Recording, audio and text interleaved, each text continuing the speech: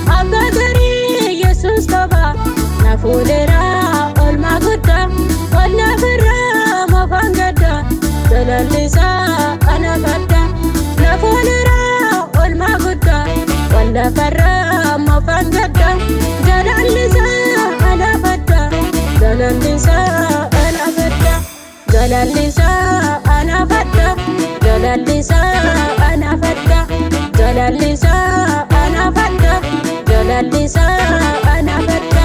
Safu gargar sake natti dadhabun kee dandii du'aa keessa wamti na baasuun kee girma ulfaataa battee golgoota tolbaatee lubbuu kee wareegdee jireenya naaf laattee lubbuu kee wareegdee jireenya naaf laattee lubbuu kee wareegdee. Jirenya naaf laatte.